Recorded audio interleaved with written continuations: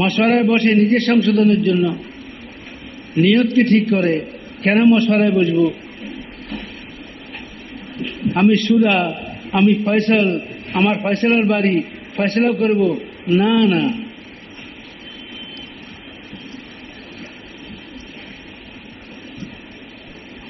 আল্লাহকে রাজি করার ধ্যান থাকতে হবে যে আমি মশওয়ারায় বসছি, রায় দিতেছি, এই কয়জন যারা সামনে আছে তারা আমার রায় শুনতেছে, এরকম না, আল্লাহ তাআলাও শুনতেছেন, আল্লাহ তাআলাও শুনতেছেন, এবং আমি কি ফয়সালা করতেছি আল্লাহ তাআলা সেটা দেখতেছেন, এবং আমার দিলের মধ্যে এই ফয়সালার ব্যাপারে কি সমস্ত জিনিস আমি চিন্তা করতেছি সেগুলোও আল্লাহ তাআলা দেখতেছেন। আমি যে রায়টা দিতেছি, আমার ভিতরে যে রায় আসছে, কি রায় দেওয়ার একটা চাহিদা পয়দা হয়েছে, কেন? যদি আপনি যে রায়টা দিতে চান সে রায়টা আরেকজনে দিয়েছে আপনার আগে, এখন আবার আপনি কেন রিপিট করতে চাইতেছেন? মানে নিজেরা জানান দিতেছেন যে আমিও আছি মশালার ভিতরে। আল্লাহ এগুলো ভালো বুঝেন, আল্লাহ এগুলা, আপনি যে রায় দিতে চাইতেছেন আল্লাহ যদি আরেকজনের মুখ দিয়ে বলাই দেয় তাহলে আপনি চুপ করেন। খামোকা কেন মশওয়ারাকে বিলম্বিত করতেছেন আপনার অবস্থানে জানান দেওয়ার জন্য যে আমি আছি এখানে?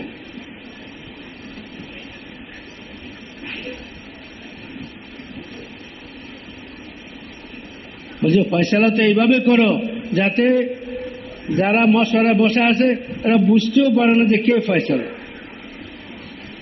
কে ফয়সালা বুঝতেও পারে না, এভাবে ফয়সালা করতেছে। তো এই কামটাকে নিজের ইসলাহের জন্য যে নিবে আল্লাহ তাআলা তার ইসলাহ করে দিবেন, তার সংশোধন করে দিবেন, এবং তাকে আল্লাহ তাআলা অন্যের ইসলাহের জন্য জরিয়া বানাবেন। আল কাইয়িস মান দানা নাফসাহু ওয়া আমিলা লিমা বাদাল মউত, জ্ঞানী এবং বুদ্ধিমানের ব্যক্তি যে নিজের নফসের মুহাসাবা করে, নফসের খোঁজ খবর রাখে যে ভাই মেহনত তো করতেছি, মেহনতের নতিজা কি, আমার জিন্দেগি কতটুকু পরিবর্তন হয়েছে। সাহাবায়ে কেরাম তো এরকম ছিলেন যে এক অন্যকে বলতেন যে ভাই আমার কোনো ভুল ভ্রান্তি, আমার কোনো কমি কমজোরি যদি তোমার নজরে আসে তা আমাকে বলে দিও। খলিফা বলতেছেন, কে বলতেছেন? খলিফা বলতেছেন যে আমার যদি কোনো ভুল ভ্রান্তি হয় তো আমাকে স্মরণ করাই দিও, মনে করাই দিও। জুমার দিন খলিফা খুতবা দেওয়ার জন্য আসছেন। কোন খলিফা? যার দাপটে অর্ধ পৃথিবী প্রকম্পিত, যার দাপটে অর্ধ পৃথিবী প্রকম্পিত। একটা ছোট্ট নওজোয়ান, একটা নওজোয়ান দাঁড়াইয়া খলিফাকে বলতেছে, খলিফা আমিরুল মুমিনিন আপনি খুতবা দিতে পারবেন না, তার আগে আমার প্রশ্ন আছে, আমার প্রশ্নের জবাব দেন। আছি, উনি থেমে গেছে। উনি বললেন যে বলো কি প্রশ্ন তোমার? বলে বাইতুল মাল থেকে হাদিয়ার এই কাপড় আমরা সবাই পেয়েছি, আপনিও একজন প্রজাদের মধ্যে, আপনি খলিফা কিন্তু আপনিও প্রজাদের একজন, আপনিও, আপনার ভাগও অতটুকু গেছে যতটুকু আমাদের ভাগে আসছে। আমাদের ভাগেরটা তো এত বড় জামা হয় নাই, আপনারটা এত বড় জামা কিভাবে হলো? কাপড় তো সমান সমান বাইতুল মাল থেকে দেওয়া হয়েছে। উনি ওনার ছেলেকে বললেন যে আব্দুল্লাহ তুমি দাঁড়াও, জবাব দাও। আব্দুল্লাহ ইবনে ওমর দাঁড়ায় বললেন যে আমার আব্বার গায়ে যে এত বড় জুব্বাটা, এটা হলো যে আব্বা যে পরিমাণ পাইছেন আমিও সে পরিমাণ পাইছি, কিন্তু কাপড়টা ছোট খাটো এর কারণে পুরা জুব্বা হয় না, এই জন্য আমি আব্বাকে আমারটা দিয়ে দিছি। দুজনটা মিলেই ওনার জন্য বানানো হয়েছে। তো ওই নওজওয়ান বসে গেছে, বলে আব্বা ঠিক আছে, এখন ঠিক আছে, খুতবা দিতে পারেন আপনি। আমাদের দেশে কোন সুরারে অথবা কোনো মেহনতের জমাতের সাথে এই কথা কইলে মাথা থাকবো?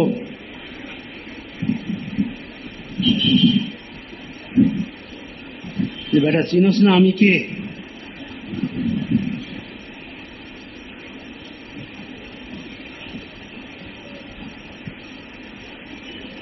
এটা তো ওই ব্যক্তি পারবে যে ব্যক্তি মেহনতের মধ্যে নিজের ইসলাহ ও সংশোধনের জন্য লাগছে।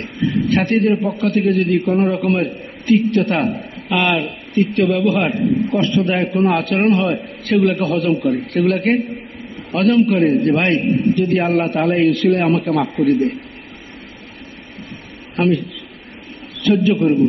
আমি যদি জবাব দিই তাহলে ঝগড়া হবে, ঝগড়া করলে কাজের ক্ষতি হবে, ঝগড়া করলে কাজের ক্ষতি হবে, কাজের গুরুত্ব, কাজের আহমিয়ত নষ্ট হবে, মানুষের দিলের মধ্যে কামটা হালকা হয়ে যাবে।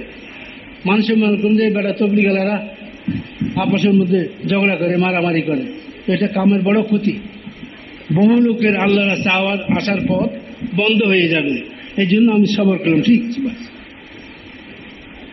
আরে আমি সাহেব, আপনি কোনো কথাই করলেন না, চুপ করে রইলেন। কালকের পোলা নাক টিপলি দুধ গলে এত বড় কথা বলতেছে, এত ফিকির দেখাতেছে, ওর বাপরে আপনি কাজে লাগাইছেন, আপনি চুপ করে রইলেন, কোনো জবাব দিলেন না। বলে ভাই সবর কর, সে জানে না, তার অতটুকু সমঝ নেই। শেখ সাদী রহমতুল্লাহ বলছেন, জবাবে জাহেলা বাসাদ খামুশ। জাহেলদের জবাব হলো কি? চুপ করে থাকো। জাহেলদের জবাবটা কি? বুঝেন নাই কথা? জাহেলদের কথার প্রশ্নের জবাব হলো কি? চুপ। এখন মানুষে করতেছে এই বেটা তো গাদা, এই বেটা গাদা। গাদা মানে এটা যাই কোন সে কিছুই করবো না, ছাড়াও বলার দরকার নেই খামোখা। তো মানুষে আপনাকে ছেড়ে দিবে, তো আপনার জন্য সহজ হয়ে যাবে চলা। আর যদি প্রতি কথায় জবাব দিতে যান তাহলে কথার পৃষ্ঠে কথা আসতেই থাকবে। ইত্মিনানের সাথে চলা মুশকিল হয়ে যাবে। তো জিবরাইল আলাইহিস সালাম কি বললেন যে, হে রাসূলুল্লাহ, যতদিন আপনার ইচ্ছা দুনিয়াতে থাকুন, কিন্তু ইয়াকিনি নিশ্চিতভাবে মনে করুন যে একদিন এই দুনিয়া ছাড়তে হবে। আর যেই আমল আপনার মন চায় করুন, কিন্তু ইয়াকিনি ভাবে জানিয়ে রাখেন সে আমলের বদলা আপনাকে পাইতে হবে।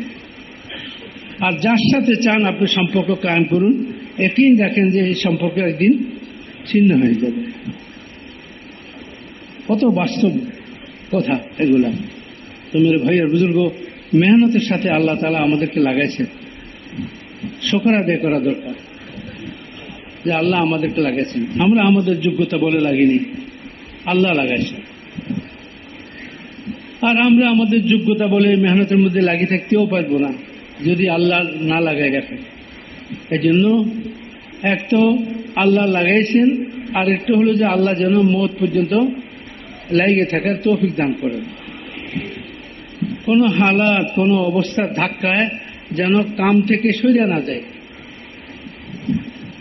আরে ভাই, আল্লাহ যদি কাউকে কাম থেকে বাদ দেন, দুনিয়ার কোনো শক্তি তারে কাজে লাগাই রাখতে পারবে? আর আল্লাহ যদি কাউকে কাজে লাগাই রাখেন, তো দুনিয়ার কোনো শক্তি তাকে কাম থেকে সরাইতে পারবে না। মসনুন দোয়ার মধ্যে আছে, হে আল্লাহ, আপনি যাকে দূর করে দিবেন কেউ তাকে নিকটবর্তী করতে পারবে না, আর যাকে আপনি নিকটবর্তী করবেন দুনিয়ার কোনো শক্তি তাকে দূরে সরাতে পারবে না। তো মেহনতটা করতে হবে নিজেদের ইসলাহের জন্য, সংশোধনের জন্য। যদি এই একটা জিনিস আমাদের মধ্যে আসে যে আমরা এই মেহনতটা আমাদের নিজেদের সংশোধনের জন্য করতেছি, 90% ঝগড়া শেষ। 90% ঝগড়া শেষ। আর 10% যেটা থাকবো ওটা মশওয়ারার দ্বারা শেষ হয়ে যাবে।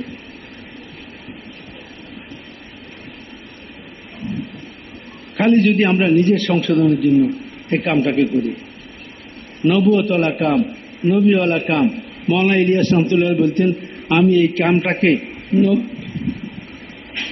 নবুয়তওয়ালা কাম, নবীওয়ালা কাম বলে ইয়াকিন করি।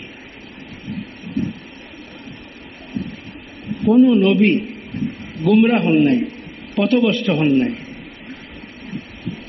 ইনশাআল্লাহ নবীওয়ালা তরিকে যদি এই মেহনতের মধ্যে অসুরের পাবন্দের সাথে লাগিয়ে থাকি, আল্লাহ তাআলা ইনশাআল্লাহ সব রকমের গুমরাহি থেকে আল্লাহ হেফাজত করবেন।